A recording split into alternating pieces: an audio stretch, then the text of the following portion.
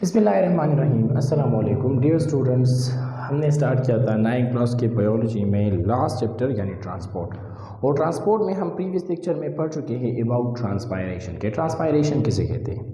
आज का जो हमारा नेक्स्ट टॉपिक है वो है इंस्ट्रूमेंटल कंट्रोल ऑफ ट्रांसपायरेशन। ठीक है, तो अगर आपको ट्रांसपायरेशन के बारे में नहीं पता कि ट्रांसपायरेशन किसे कहते हैं तो प्रीवियस वीडियो ज़रूर देखिएगा, क्योंकि वहाँ पर हमने ट्रांसपायरेशन डिटेल में डिस्कस किया है।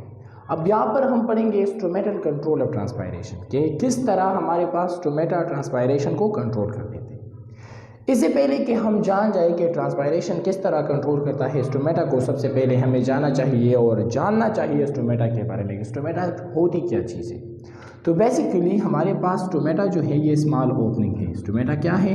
स्मॉल ओपनिंग, छोटे छोटे सुराख होते हैं प्रेजेंट जो मौजूद होते हैं लोअर साइड या लोअर एपिडर्मिस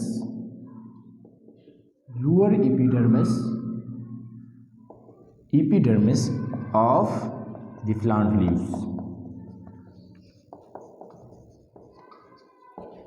लीव्स के, और ज़्यादातर मेसोफाइट प्लांट में ये टाइप का स्टोमेटा पाया जाता है। स्मॉल ओपनिंग होते हैं जो प्रेजेंट होते हैं lower epidermis of the plant leaves के लोअर एपिडर्मिस पर। ये हमारे पास लीफ है और इस लीफ का ये लोअर सरफेस है। इस लोअर सरफेस पे छोटे छोटे सुराख होते हैं जिसे हम क्या कहते हैं? जिसे हम कहते हैं स्टोमेटा। ठीक है, ये हमारे पास क्या है? स्टोमेटा, स्मॉल ओपनिंग होता है।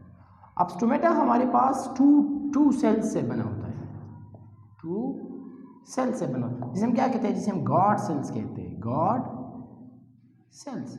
और ये guard cells basically bean shaped होते हैं, बीन शेप। ठीक है, किस तरह होता है कि हमारे पास दो बीन शेप सेल्स मिलकर एक स्टोमेटा बना देता है। इसी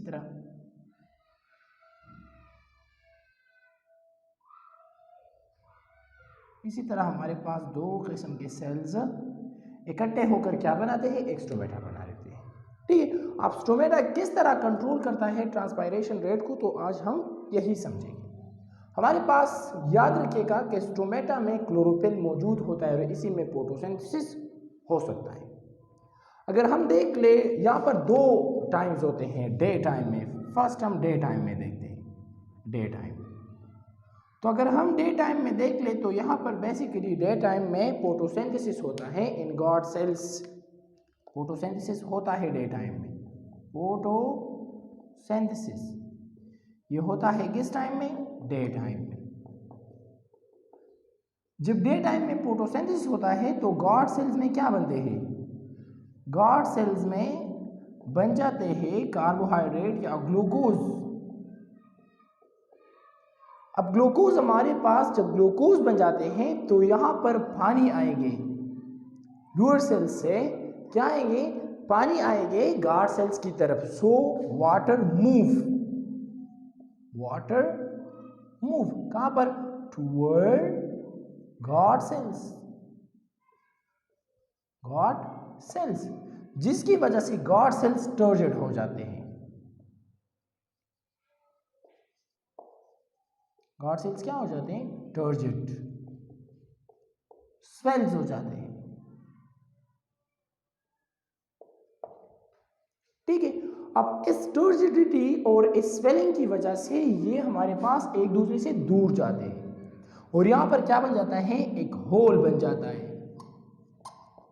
एक होल बन जाता है। और इसी होल को, इसी ओपनिंग को एक ओपनिंग बन जाती है यहाँ पर। इसी ओपनिंग को हम क्या कहते हैं? स्टोमेटा कहते हैं।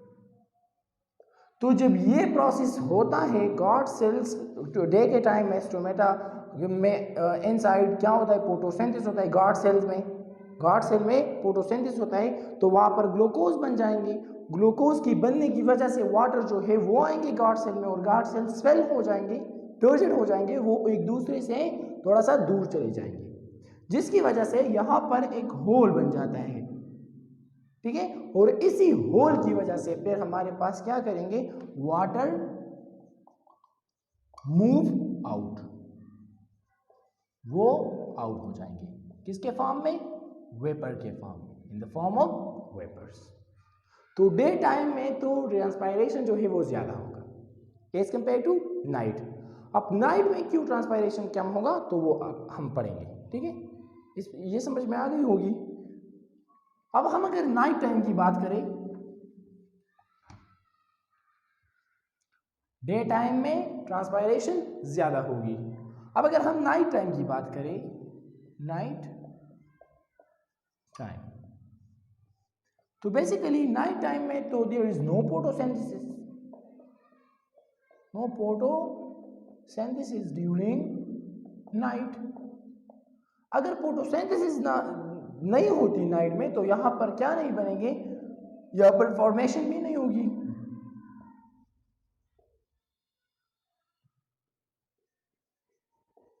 ग्लूकोज, तो ऑब्वियसली पानी भी नहीं जाएगी गॉड सेल में, ठीक है। कहां पर जाएगी पानी? Water move away from guard cells, guard cells, तो गॉड सेल से पानी जो है वो बाहर की तरफ निकलेगी, ठीक है, यहां पर अंदर की तरफ जाती है डे टाइम में। नाइट टाइम में हमारे पास वाटर बाहर की तरफ निकलेगी स्टोमेटा से, तो जब बाहर की तरफ वाटर निकलेंगी तो हमारे पास जो क्या है, गॉड सेल्स हैं वो प्लेसिड हो जाएंगे। क्या हो जाएंगे? प्लेसिड, ठीक है। इसी वजह से जब गॉड सेल प्लेसिड हो जाएंगे तो ये एक दूसरे के साथ चिपक जाएंगे इसी तरह, और इसकी वजह से वो होल जो है वो बंद हो जाएगा, जो ओपनिंग है वो क्लोज हो जाएगा, जो ओपनिंग बना हुआ था वो क्या हो जाएगा? क्लोज, और इसी वजह से ट्रांसपायरेशन नहीं होगी, ठीक है। तो नाइट टाइम में ट्रांसपायरेशन नहीं होगी या बहुत कम होगी, नेग्लेजिबल। डे टाइम में ट्रांसपायरेशन ज्यादा होगी क्योंकि स्टोमेटा ओपन है, तो ऑब्वियसली हम कह सकते हैं कि स्टोमेटा किस तरह कंट्रोल करता है ट्रांसपायरेशन को। जब हमारे पास स्टोमेटा ओपन हो जाता है तो ट्रांसपायरेशन ज्यादा होगी, जब स्टोमेटा क्लोज हो जाता है तो ट्रांसपायरेशन कम होगी। That's enough. तो आई होप कि आपको समझ आई होंगी कि स्टोमेटा किस तरह कंट्रोल करता है ट्रांसपायरेशन को। इंशाल्लाह अपनी अगली लेक्चर में डिस्कस करेंगे फैक्टर इफेक्टिंग ग्रेट फोटोसिंथेसिस, कौन कौन से फैक्टर हैं जो इफेक्ट करते हैं फोटोसिंथेसिस को, ठीक है। वो इंशाल्लाह अपनी ट्रांसपायरेशन को वो इंशाल्लाह अपने अगले लेक्चर में डिस्कस करेंगे। That's enough for today, thank you very much.